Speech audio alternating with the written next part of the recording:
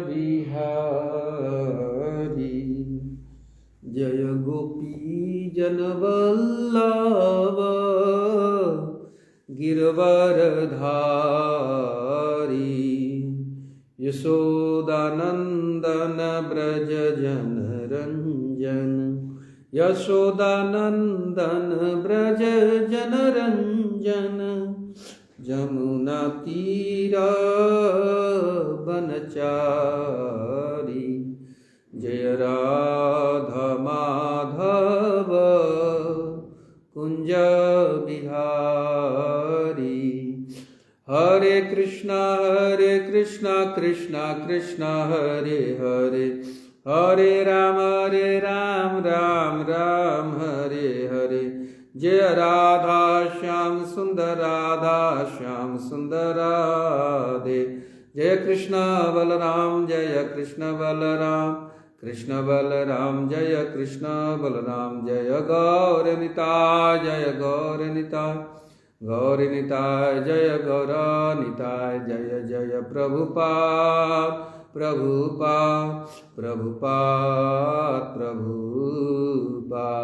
श्री श्री राधा श्याम सुंदर की जय हो। श्री श्री कृष्ण बलराम की जय। श्री श्री गौरनिताय की जय। श्रील प्रभुपाद की जय हो।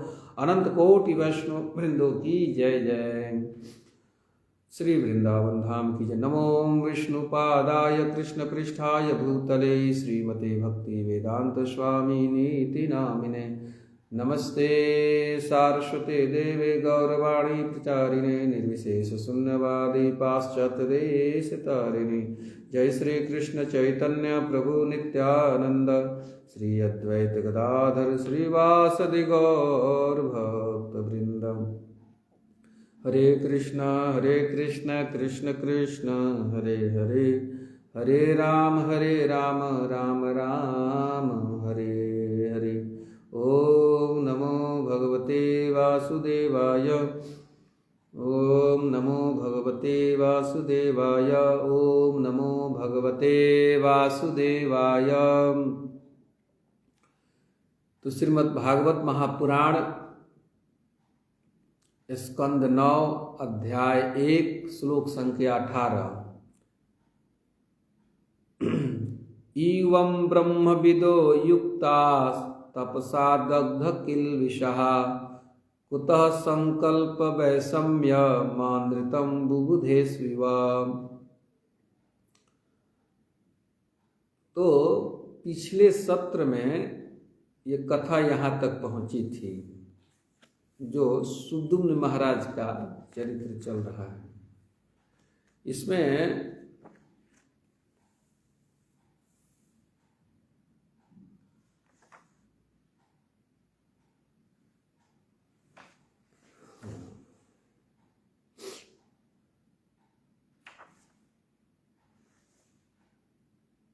मनु महाराज अपने कुल गुरु परम समर्थ वशिष्ठ जी से कह रहे हैं कि हे गुरुदेव,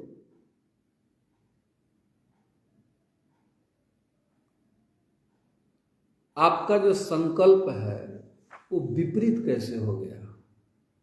मैं तो आपसे पुत्र के लिए याचना किया था, लेकिन इस यज्ञ की समाप्ति पर पुत्री की कैसे प्राप्ति हो गई, ये मैं जानना चाहता हूं। आपका जो कृत्य था वो विपर्य क्यों हो गया, उल्टा परिणाम देने वाला क्यों हो गया। तो अपने गुरुदेव वशिष्ठ जी को संबोधित हुए कह रहे हैं। और वास्तव में ये यज्ञ वशिष्ठ जी के निर्देशन में चल रहा था, देख रेख में, लेकिन यज्ञ को संपन्न श्रेष्ठ ब्राह्मण लोग कर रहे थे। इसीलिए शब्द इसमें आया है इवम। तो करे कि इवम ब्रह्मविदो, आप जितने ब्राह्मण हैं सभी लोग ब्रह्म को भली भांति जानते हैं, परम सत्य को। श्रील प्रभुपाद जी अन्वय में लिखते हैं ब्रह्मविद परम सत्य से भली भांति परिचित है। श्रील प्रभुपाद जी लिख रहे हैं। और आप सभी ब्राह्मण, देखिए ब्राह्मण का कितना महत्व है। वे परम सत्य को जानने वाले हैं। और दूसरा कह रहे हैं युक्तास। श्रील प्रभुपाद जी लिखते हैं संयमित। संयमित का अर्थ है कि उनकी इंद्रियां उनके वश में थी, उनके मन वश में थे। और तीसरा दे रहे हैं कि तपसा दग्ध किल्बिषा। आप तपस्या के द्वारा जितने भी भौतिक कल्मश थे उन सबको आपने नष्ट कर दिया। तो कुतः कैसे संकल्प वैषम्य, आपका जो संकल्प है ये उल्टा फल देने वाला कैसे हो गया? ये तो उसी प्रकार हो गया है जैसे बुबधेस्व अनृतम युवा। जैसे कोई देवता असत्य बोलते हैं, देवता चाह करके भी असत्य नहीं बोल सकते हैं। जैसे ब्रह्मा जी का जो ब्रह्मलोक है उसको सत्य लोक भी कहते हैं। तो सत्य लोक में कोई बहुत प्रयास करे, उपाय कोई भी करे, लेकिन असत्य नहीं बोल सकता है। इसलिए देवता लोग भागवत में कई जगह भगवान से प्रार्थना किए हैं और भगवान के गुणों की महिमा का गान किए हैं, भक्ति के साधन के बारे में जो बताए हैं, तो बिल्कुल परफेक्ट है। जैसे ब्रह्मा जी गौवत्स चोरी के प्रसंग में 10वें स्कंद के 14वें अध्याय में भगवान से जो प्रार्थना किया है, वो जो कुछ भी कहे सत्य है। यह वशिष्ठ जी के बारे में कह रहे हैं कि वशिष्ठ जी के बारे में ही नहीं, सभी ब्राह्मणों के बारे में कर एवं ब्रह्मविदः, आप परम सत्य को जानते हैं और सारे प्रकार के कल्मश से मुक्त हैं और इंद्रियां, मन, बुद्धि सब आपके अनुसार संचालित होती है।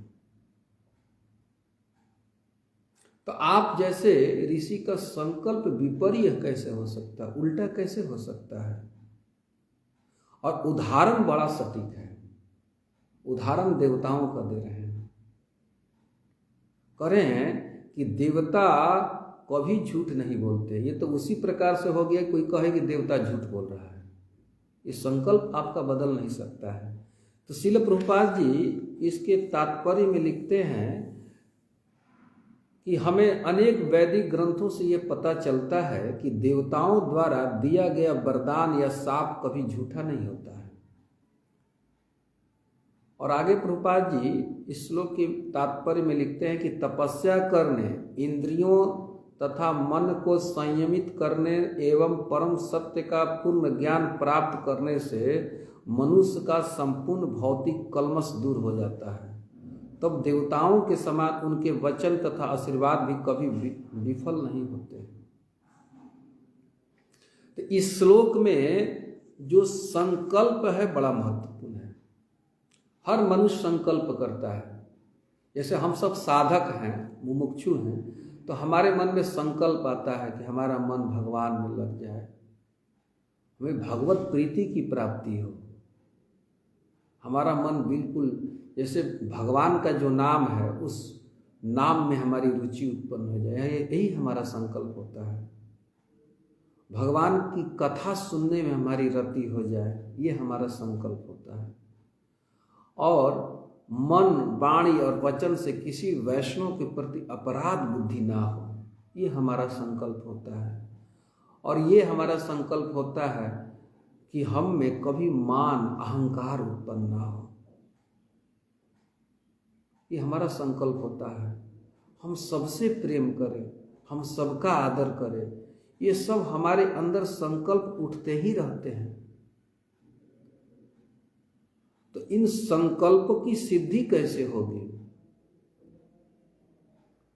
तो इस श्लोक में श्रील प्रभुपाद जी भी सूत्र दे रहे हैं कि जो व्यक्ति भगवान की भक्ति रूपी तपस्या का अनुगमन कर रहा है, तो एक दिन उस तपस्या के प्रभाव से उसके सारे कल्मश दग्ध हो जाएंगे। एक दिन वो आएगा। और युक्ता शब्द बड़ा महत्वपूर्ण है कि हमारी इंद्रियां जो दिन रात हमें सता रही है, पहले तो कलमश हमारे हृदय में क्या है? काम है, क्रोध है, लोभ है, मद है, मत्सर है, ईर्ष्या है। इसको भगवान गीता में जही शत्रु कहते हैं, ये परम शत्रु है और अनंत जन्मों से इकट्ठा है मैल। इसलिए चैतन्य महाप्रभु ने भी संकेत किया है, चेतो दर्पण मार्जनम। ये भगवान का जो नाम है, हमारे चित्त रूपी जो दर्पण पर ये जो मैल इकट्ठे हो गए हैं, काम का, क्रोध का, लोभ का, मद का। अच्छा, इसे शत्रु क्यों कहा जाता है? ये हमें भगवान से विमुख ले जाने वाला है। अच्छा, ये जो इसे शत्रु भी क्यों कहते हैं? क्योंकि ये जो काम है, क्रोध है, इससे हमें सुख की प्राप्ति नहीं होती है।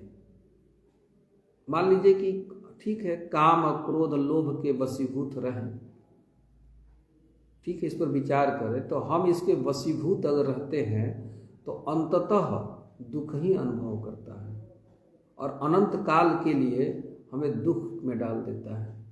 इसीलिए शत्रु है। लेकिन व्यक्ति भगवान का जो भजन करता है, वैष्णव की सेवा करता है, भगवान की कथा सुनता है, भगवान के अर्चा विग्रह की सेवा करता है। भक्ति के कई साधन बताए गए हैं शास्त्रों में, जिसमें प्रहलाद महाराज के अनुसार, ऐसे तो रूप गोस्वामी ने 64 अंग बताए हैं और उसमें से प्रधान 5 किया गया है।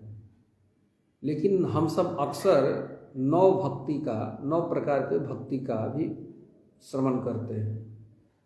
ये भागवत के 7वें स्कंद के 5वें अध्याय में शायद दिए गए, श्रवणम कीर्तनम स्मरणम। तो उसमें श्रवण बहुत महत्वपूर्ण बताया गया है, श्रवण, कीर्तन, स्मरण, मनन। तो ये जो श्लोक की रचना की गई, ऐसा नहीं कि जैसे तैसे रख दिया गया है, श्रवण प्रधान है। हम कोई चीज सुनते हैं, जैसे मान लीजिए कि हमारे अंदर अहंकार है, तो हमें पता नहीं चलता है कि अहंकार है, दूसरा बताता है, दूसरे के द्वारा हम सुनते हैं कहे हुए वाणी को, तो हमें ज्ञान होता है। श्रेष्ठ पुरुष जब कहते हैं कि अरे हमारे अंदर काम है। जैसे आज ही द्विजमणि गौर जी को, एक संत की युक्ति को मैंने भेजा। गीता जी का एक श्लोक है 3 अध्याय में कि सारे कार्य प्रकृति के द्वारा संपन्न किए जा रहे हैं। कोई भी व्यक्ति हो तो गृहस्थी में गृहस्थ सबका पालन कर रहा है, पोषण कर रहा है, तो उसमें अहम बुद्धि आता है। चाहे कोई भी व्यक्ति कहीं भी कोई कार्य कर रहा है तो उसमें अहम बुद्धि आता है, लेकिन वास्तव में सब प्रकृति के द्वारा हो रहा है। तो भक्त को ये विचार करना है कि सब ठाकुर जी करवा रहे हैं, करने वाला मैं नहीं, करने वाले भगवान हैं। तो जीव किसी भी विषम से विषम परिस्थिति में आ जाएगा तो दुखी नहीं होगा। जैसे देखा जाता है कि बड़े बड़े भक्तों से भी बहुत बड़े कृत्य करते देखा जाता है, लेकिन उन पर कोई पाप नहीं लगता है, क्योंकि उनमें अहम बुद्धि नहीं है, ये मैं कर रहा हूं। तो ये अहंकार हमारा सर्वनाश करने वाला है। एक एक शत्रु पर विचार करें तो सब नरक ले जाने का टिकट है, टिकट कट चुका है। जिस व्यक्ति के पास ये सब चीजें हैं तो निश्चित टिकट कट चुका है नरक का।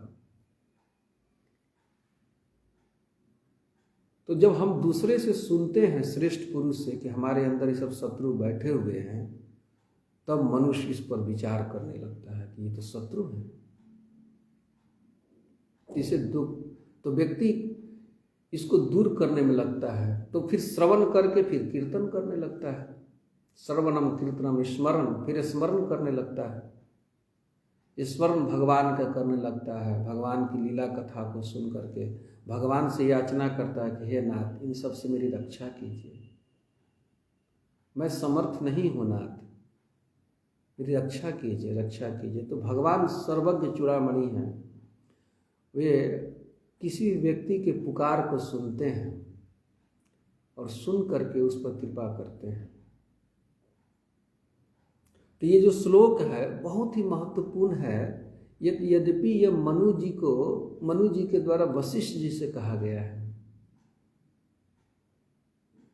कि कैसे आपका संकल्प उल्टा हो गया, क्योंकि वशिष्ठ जी के लिए एक और शब्द आया था, भगवान।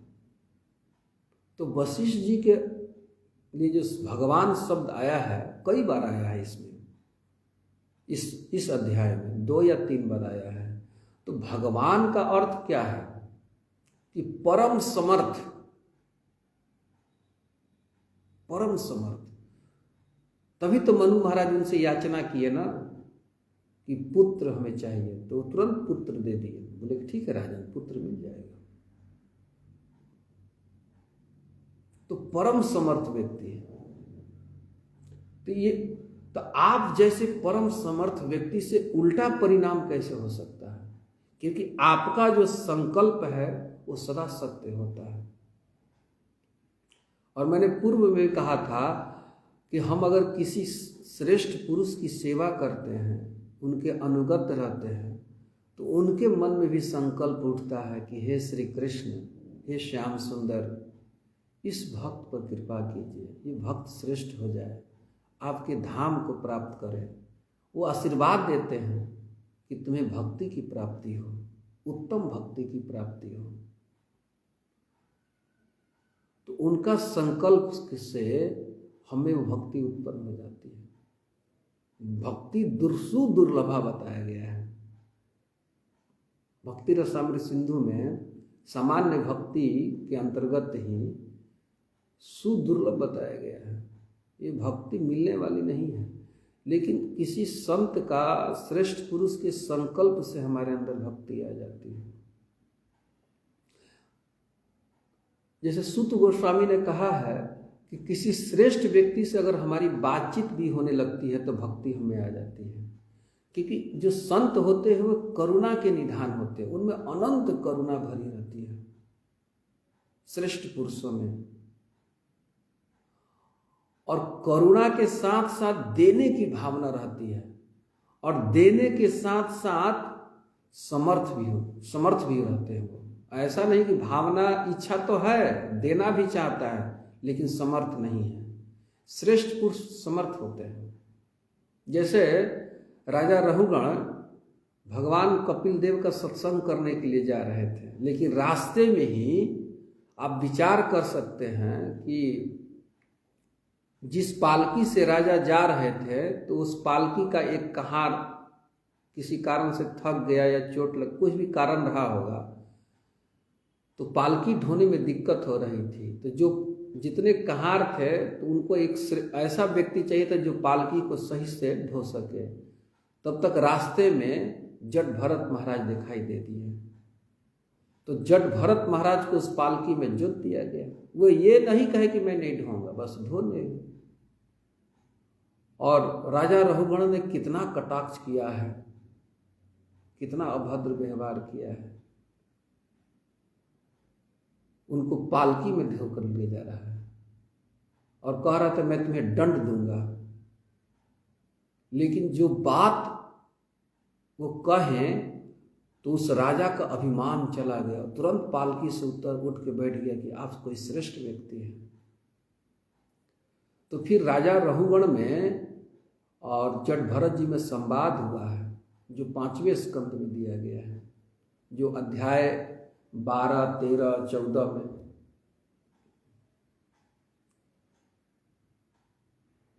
तो उनसे बातचीत होने का परिणाम क्या हुआ? राजा रहुगण को भक्ति की, उत्तमा भक्ति की प्राप्ति हो गई। तो श्रेष्ठ व्यक्ति का अगर व्यक्ति अपमान भी करता है, तो श्रेष्ठ व्यक्ति अपमान को नहीं गिनता, क्योंकि उसमें अहम रहता ही नहीं है। उसकी चेतना शरीर में नहीं रहती है, वो तो ब्रह्म में, भगवान में लीन रहती है चेतना। अब मान लीजिए कि सूर्य है, तो सूर्य को कोई यहीं से थूके तो सूर्य को क्या प्रभाव पड़ेगा? वो थूक उसी के मुंह पर गिर जाएगा।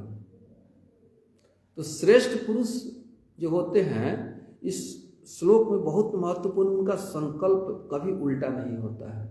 जो वशिष्ठ जी से कह रहे हैं मनु महाराज, कि आपका संकल्प तो कभी उल्टा हो ही नहीं सकता है। और देखिए मनु महाराज केवल जाके याचना किए हैं अपने कुल गुरु से कि हे गुरुदेव, हमारा कोई भी वंश नहीं है। अच्छा, मनु महाराज के बारे में भी एक शब्द आया था आत्मवान। मनु महाराज भी साधारण नहीं थे। आत्मवान का अर्थ है कि उनकी इंद्रियां, मन भोगों में रमण नहीं कर रही थी। तो मनु महाराज भी इसीलिए कह रहे हैं कि आपका संकल्प सत्य होता है। उल्टा कैसे हो गया? ये ऐसे उल्टा हो गया जैसे मानो कोई देवता झूठ बोल दे। वो हो ही नहीं सकता, किसी काल में नहीं। लेकिन जो भी वार्ता चल रही है मनु महाराज और उनके कुलगुरु वशिष्ठ जी में, तो दो चार जो शब्द आए हैं जो मनु महाराज ने वशिष्ठ जी के लिए संबोधन किया है, वो सब हम साधकों के लिए बड़ा उपादेय है। जैसा कि तात्पर्य में श्रील प्रभुपाद जी लिखते हैं कि व्यक्ति अगर तपस्या करे तो उसके सारे कलमश नष्ट हो जाते हैं और उसकी सारी इंद्रियां, मन, बुद्धि सब उसके वशीभूत हो जाते हैं और व्यक्ति ब्रह्मविदो हो जाता है, भगवान को जानने वाला। और ऐसा व्यक्ति का हर संकल्प सिद्ध होता है, विपरीत परिणाम नहीं देने वाला हो सकता है। तो हम सबको बहुत ही प्रेरणा मिल रही है कि अगर इसी प्रकार से हम निरंतर भक्ति में लगे रहेंगे तो हमारा साधन तो चल ही रहा है, किसी श्रेष्ठ पुरुष का संकल्प भी साथ साथ चल रहा है।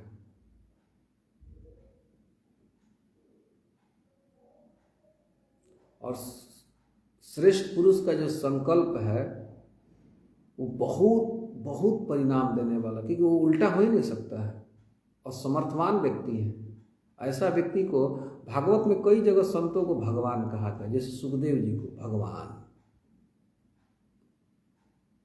श्री भगवान को तो भगवान कहा ही जाता है, वो हैं भगवान, इसीलिए कहा जाता है। लेकिन उनके जो भक्त लोग उनको भगवान कहा जाता है। जैसे परीक्षित महाराज के संवाद में हम लोग विचार किए थे, बहुत बार भगवान आया था, भगवान सुखदेव। जैसे हमने कुछ दिन पहले जो क्लास लिया था तो इसमें एक शब्द आया था सुखदेव गोस्वामी के लिए, जो राजा परीक्षित उपयोग कर रहे हैं, तो उनके बारे में कह रहे हैं भगवान सुकह। सुखदेव जी के लिए भगवान शब्द आया है इसी अध्याय के 6 नंबर श्लोक में। और दूसरा शब्द आया परम धर्मविद, जो परम धर्म को जानते हैं। विद मतलब जानकार है। और ऐसे भक्त के हरि अधीन रहते हैं और ऐसे भक्त का संकल्प कभी व्यर्थ जाता ही नहीं है। अब विचार कर सकते हैं कि राजा परीक्षित जब गंगा जी के तट पर बैठे हैं ऋषियों से घिरे हुए, तो उस सभा में सुखदेव गोस्वामी बिन बुलाए आ जाते हैं और उन्होंने प्रश्न किया है कि एक मरणासन व्यक्ति को क्या सुनना चाहिए, क्या कहना चाहिए, क्या मनन करना चाहिए। तो स्पष्ट परम धर्म वेदता सुखदेव जी कहते बस कुछ नहीं, कुछ करना नहीं, केवल भगवान की कथा सुनो, केवल श्रीमद् भागवत सुनो। और श्रीमद् भागवत को वो कहते चले गए। 10वें स्कंद की कथा प्रारंभ करने के पहले सुखदेव भगवान को थोड़ा ध्यान गया कि राजा बहुत कुछ दिन से भूखे हैं, प्यासे बैठे हैं। और यही वो राजा थे कि भूख के प्यास लगने के कारण एक समीक ऋषि के गले में सर्प डाल दिए थे, क्रोध आ गया था इन्हें। तो टेस्ट करने के लिए पूछे कि राजन आप कुछ खा लीजिए, कुछ पी लीजिए। तो वो क्या कहते हैं, मैं श्लोक उद्धृत करता हूँ 10वें स्कंद के 1 अध्याय में यह है, जिसमें सुखदेव भगवान के कहने पर भी कि आप राजन कुछ खा लीजिए, आपको भूख लगी हुई भी होगी, थोड़ा विश्राम कर लीजिए, मैं तो निरंतर कथा कह रहा हूँ, सुन रहे हैं। तो सुखदेव भगवान से राजा परीक्षित कहते हैं कि हे भगवान, नेशाति दुस्सहा क्षुण्माम त्यक्तोदमपि बाधते पिबंतम त्वाम मुखाम भोजम च्यूतम हरि कथामृतम। ये 10वें स्कंद के प्रथम अध्याय का श्लोक संख्या 13 है। तो इस पर स्वयं राजा परीक्षित कह रहे हैं कि ऐसा यह जो भूख प्यास है मम न बाधते, मुझे बाधा नहीं दे रही है।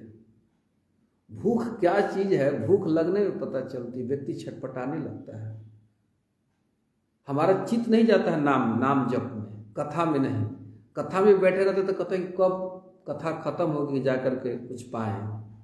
नाम जप भी करते हैं तो लगता है कुछ कब जाकर के कुछ पाए, ताकि एनर्जी मिले, भूख शांत हो और फिर मैं हरि नाम जप करूं। लेकिन यहाँ स्थिति भिन्न है कि ये भूख प्यास यद्यपि दुस्सहा है, इसको सहाना बड़ा कठिन है ना, असंभव, बहुत कठिन है, दुस्सहा है। लेकिन मम ना बाधते, क्योंकि मुझे बाधा उत्पन्न नहीं कर रही है। क्यों? कि त्वाम मुखाम, आपके श्री मुख से च्युतम हरि कथा, जो च्युत मतलब निकल रही है आपके श्री मुख से, जो हरि की कथा, हरि कथा। ये हरि कथा कैसी है? अमृत, साक्षात अमृत बरस रहा है। तो पीबंतम, मैं उसको पी रहा हूं। और कहने का भाव है कि हे सुखदेव गोस्वामी, मैं कहाँ प्यासा हूं? अरे मुझे ये संसारिक भूख प्यास नहीं है, मेरी तो प्यास थी जीवन भर की हरि कथा सुनने की, जो आपके श्रीमुख से मैं सुन रहा हूं और मेरी प्यास मिट रही है। ये अमृत है, आपकी मुख से क्या है? अमृत निकल रही है और उसको मैं पान कर रहा हूं। अमृत, इसको गोपियों ने भी कहा है कि हरि की जो कथा है वो अमृत है। तव कथामृतम तप्त जीवनम कविभिरीडितम कल्मषापहम श्रवण मंगलम श्रीमदाततम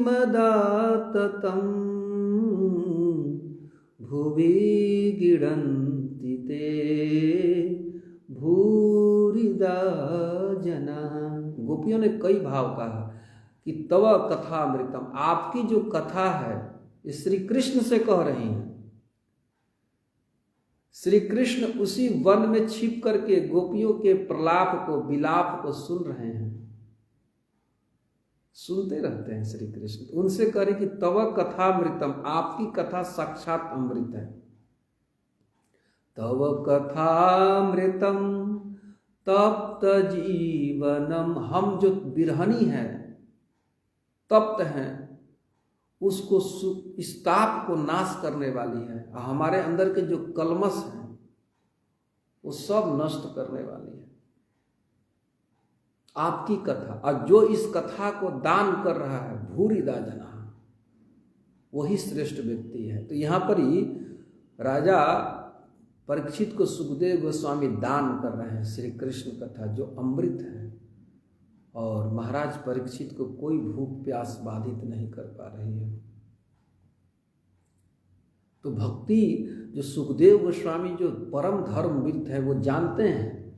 आप सुनेंगे, पढ़ेंगे कि जब महाराज परीक्षित ने कहा कि क्या करना चाहिए, उन ऋषियों से भी पूछा तो कई ऋषि कुछ ये कह रहे थे, कुछ वो कह रहे थे, लेकिन परम धर्मविद उस सभा में आया तो सब ऋषियों का समाधान हो गया कि बस केवल हरि की कथा सुनना है, कोई विरोध नहीं, सब सुनते रह गए।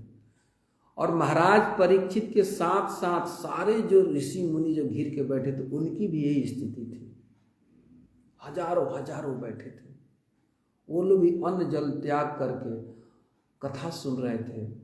तो कथा रूपी जो अमृत का वो सब पान कर रहे, तो भूख किसको कहते हैं, प्यास किसको कहते हैं, पता चलता है क्या? नहीं पता चलता। अच्छा, एक दृष्टांत से जरा हम समझते हैं। हम तो अपने क्षेत्र में देखते हैं कि कोई पिता अपने पुत्री का विवाह कर रहा है, तो उस दिन पिता और उसकी माँ दोनों को उपवास करना पड़ता रहता है, क्योंकि कन्यादान करना रहता है। तो व्यक्ति सुबह से भूखा है और प्यासा है, और रात को कन्यादान करना है। हमारे इधर बिहार में रात में विवाह होता है, कन्यादान होता है, और बहुत सारे अतिथि आए रहते हैं, सबका सादर सत्कार भी करता है व्यक्ति।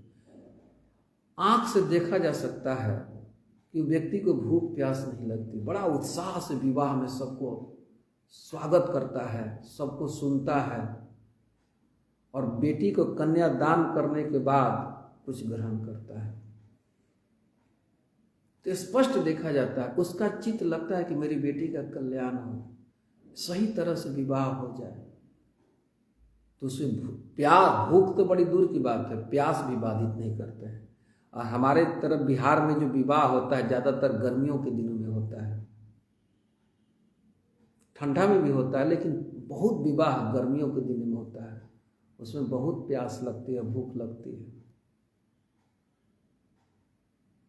एक दिन की बात है, 1.5 दिन या 1.25 दिन, जब तक कन्यादान ना हो जाए तो पिता इस प्रकार की स्थिति में रहता है। उसे भूख प्यास, वो तो बल्कि आनंदित रहता है, आनंद में रहता है कि वाह, हमारी पुत्री का विवाह ठीक से संपन्न हो रहा है। ये तो सामान्य सी बात है। जब हरि कथा किसी श्रेष्ठ व्यक्ति से सुनते हैं तो कहना ही क्या। और सुखदेव गोस्वामी का संकल्प तो सिद्ध होगा, ये तो इसमें कोई संशय ही नहीं है। राजा परीक्षित परम धाम को प्राप्त हो गए, भगवत प्रेम को प्राप्त कर गए। तो ये जो श्लोक है, युवम शब्द महत्वपूर्ण है भैया। एक के लिए नहीं कह रहा है, केवल वशिष्ठ जी के लिए नहीं कहा जा रहा है। युवम शब्द है कि जितने भी ब्राह्मण थे सबकी यही स्थिति थी, क्योंकि शब्द दिया जा रहा है इस श्लोक में युवम, आप सभी। क्योंकि देखिए इस चरित्र में जो पिछला कथा आप सुनेंगे तो वशिष्ठ जी का संकल्प था कि पुत्र हो, लेकिन मनु महाराज की जो पत्नी श्रद्धा है, तो वो मुख्य जो हवन करने वाले व्यक्ति थे, संकल्प करने वाले, उनसे कहा कि मुझे पुत्री चाहिए। तो रानी के इस अनुभाव को जान करके उन्होंने इसी मंत्र का जब उच्चारण करके हवन कर रहे थे, और जब उनके मन में भी संकल्प आया कि पुत्री हो, और हवन कर दिया तो पुत्री उत्पन्न हो गई। वशिष्ठ जी नहीं, सारे ब्राह्मण श्रेष्ठ है, इसलिए युवम शब्द है, बहुवचन में है, एक के लिए नहीं है। तो ये श्लोक बहुत महत्वपूर्ण है कि अगर हम तपस्या में लगे रहेंगे तो हमारे सब कलमश नष्ट हो जाएंगे। जैसा शिल प्रभुपाद जी लिखते हैं, कलमश नष्ट होने से हमारा संकल्प सिद्ध होने का हो जाएगा। तो बाधा क्या है? कलमश। तो एक तरफ हुआ, जैसे राजा परीक्षित का अपना संकल्प है, और उधर सुखदेव गोस्वामी जैसा कोई श्रेष्ठ व्यक्ति हो। और ये नहीं सोचना चाहिए कि सुखदेव जी आएंगे तभी हमारा कल्याण हो। आज भी पूरे भारतवर्ष में सर्वत्र इस तरह के श्रेष्ठ व्यक्ति है। ये पृथ्वी किसी भी संत से कभी खाली नहीं हो सकती, चाहे कलयुग का बाप कहना आ जाए। देखिए, मैंने बहुत पहले भागवत में प्रमाण दिया था कि इस कलयुग में 11 स्कंद में है कि बड़े बड़े संत लोग आकर के जन्म लेंगे। कलयुग जैसा कोई युग नहीं है। और जैसे सुखदेव परीक्षित संवाद में बातें हुई थी कि महाराज परीक्षित ने कलयुग को क्यों छोड़ दिया, क्योंकि कलयुग के समान तो कोई श्रेष्ठ युग ही नहीं है। तो 11 स्कंद में ये 9 योगेंद्रों के संवाद में है कि बड़े बड़े भक्त कलयुग में आकर के जन्म लेंगे, भक्ति करेंगे। तो संत की कभी नहीं रहेगी, कमी हमारे तरफ से है, क्योंकि हम तो विषय में फंसे हुए हैं, अहंकार से आवृत हैं। हमारे अंदर अगर संकल्प आ जाए, पहले हमारे अंदर संकल्प आना चाहिए ना कि नहीं नहीं अब बहुत हो गया, अब श्री कृष्ण का भजन करेंगे। हमारे अंदर की गंदगी को खत्म करना है भाई। किसी श्रेष्ठ व्यक्ति की तलाश करनी है, क्योंकि उन श्रेष्ठ व्यक्ति का संकल्प कभी उल्टा नहीं। जो संकल्प कर लिए तो संकल्प फलीभूत होगा ही होगा। तो कमी हमारे तरफ से, जैसे ताली एक हाथ से नहीं बजती है, ताली दोनों हाथ से बजती है। तो हमारा भी संकल्प इधर हो और श्रेष्ठ पुरुष का संकल्प, तो काम बन जाएगा। तो एकादश स्कंद में ये श्लोक कहाँ पर है कि सब कलयुग में भक्ति इकट्ठा, ये 9 योगेंद्रों में लगता है 5वें अध्याय में है। कलयुग की बड़ी महिमा की गई है, आप सब देख सकते हैं। एकादश स्कंद अध्याय 5 श्लोक संख्या 36, 37, 38। अरे इसी कलयुग में तो चैतन्य महाप्रभु आए हैं। जिस समय भगवान श्री कृष्ण चैतन्य रूप में आए थे तो पूरा पूरा मुगलों का ही शासन था और तांडव उन लोगों का चल रहा था। अभी तो कलयुग का क्या कुछ प्रभाव नहीं है। हम लोग इतिहास पढ़ते हैं तो कांप उठते हैं, बाप रे बाप कैसा युग था। उस समय चैतन्य महाप्रभु आए थे और सब पर कृपा कर रहे थे, भेद नहीं कर रहे थे महाप्रभु, पात्र अपात्र पर तो विचार ही नहीं कर रहे थे।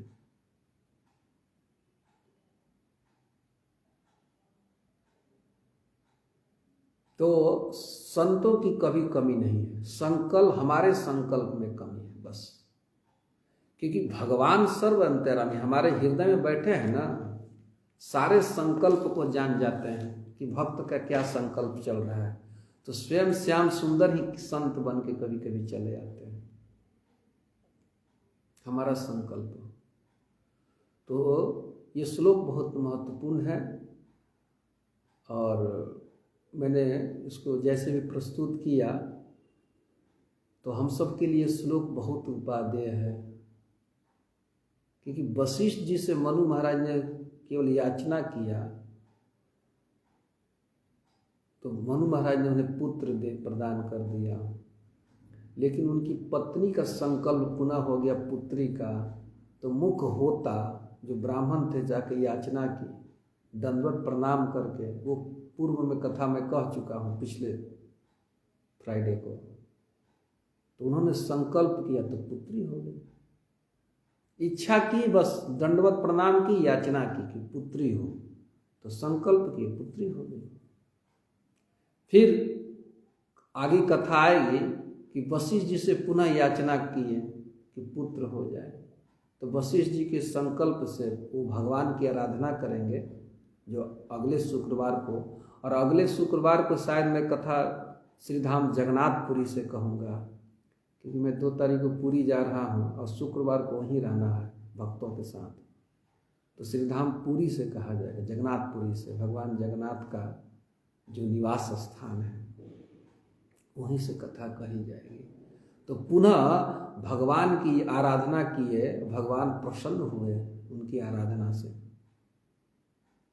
और फिर भगवान की कृपा से जो सुदुम्न इला बने थे वो पुत्री से पुत्र फिर हो गए। तो ये सब जो प्रसंग है कितना महत्वपूर्ण है। हमको कुछ नहीं करना है, श्रेष्ठ पुरुष के पास जाकर याचना करना है, अपने संकल्प को अभिव्यक्त करना है बस।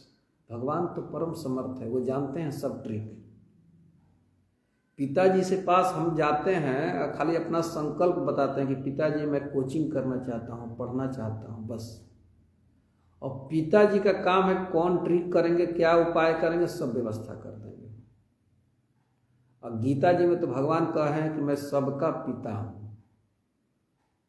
और ऐसा नहीं कि कुछ देर के लिए पिता हूँ रूठ जाऊंगा, मैं सदा के लिए पिता हूँ। अहम बीज प्रदः पिता, मैं सब व्यवस्था कर दूंगा, डोंट वरी,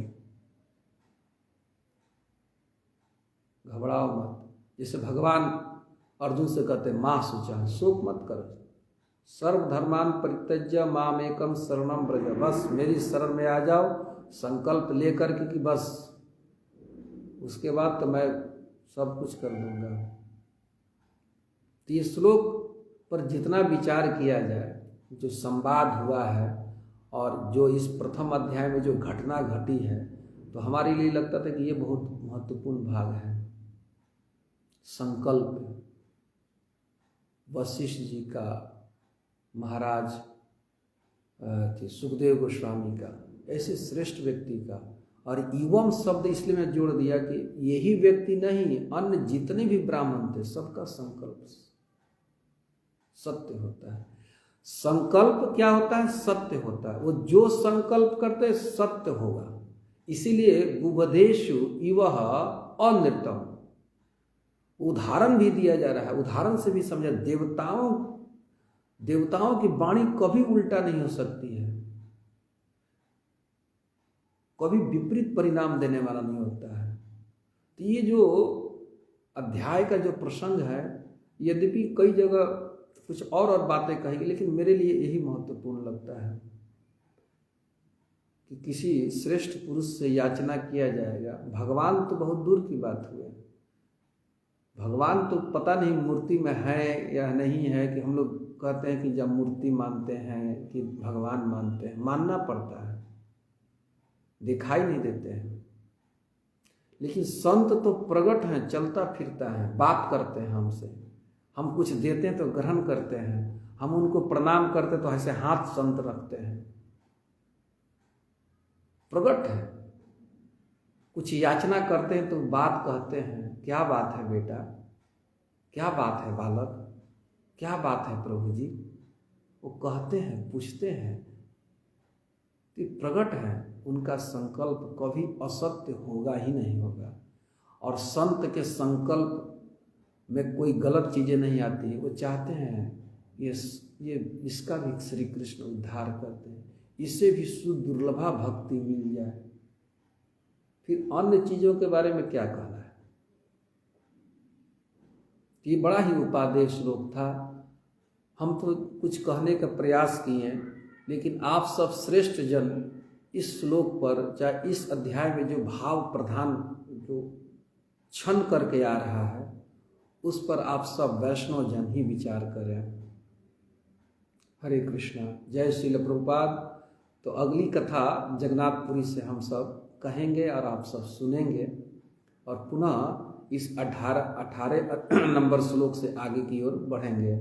और फिर ये घटना को आवृत्ति होते हुए देखेंगे कि फिर संकल्प कैसे काम करेगा। अगर हम श्रेष्ठ पुरुष के अधीन रहते हैं तो कुछ भी काम बिगड़ जाए तो घबराने की बात नहीं है। ये आगे चल कर के फिर यही सुदून महाराज फिर स्त्री बन जाएंगे, और फिर गुरु वशिष्ठ जी को स्मरण करेंगे। वो शब्द आएगा इसी अध्याय में। तो फिर वही से फिर स्मरण करेंगे, तो फिर गुरु वशिष्ठ जी कृपा करेंगे इस पर भगवान शिव की आराधना करके। ये लेकिन तो फिर ये पुरुष तत्व को प्राप्त होंगे, एक भगवान शिव व्यवस्था देंगे। तो श्रेष्ठ पुरुष के आश्रय में रहेंगे, कुछ बातें बिगड़ भी जाएंगे तो घबराने की बात नहीं, वो बना देंगे। हमें विचलित नहीं है, बस हमें क्या करना है, ऐसे श्रेष्ठ पुरुष के आश्रय में रहना है बस। और अपना संकल्प को भी ठीक रखना है, घबराना नहीं है। हरे कृष्ण, जय श्री प्रभुपाद।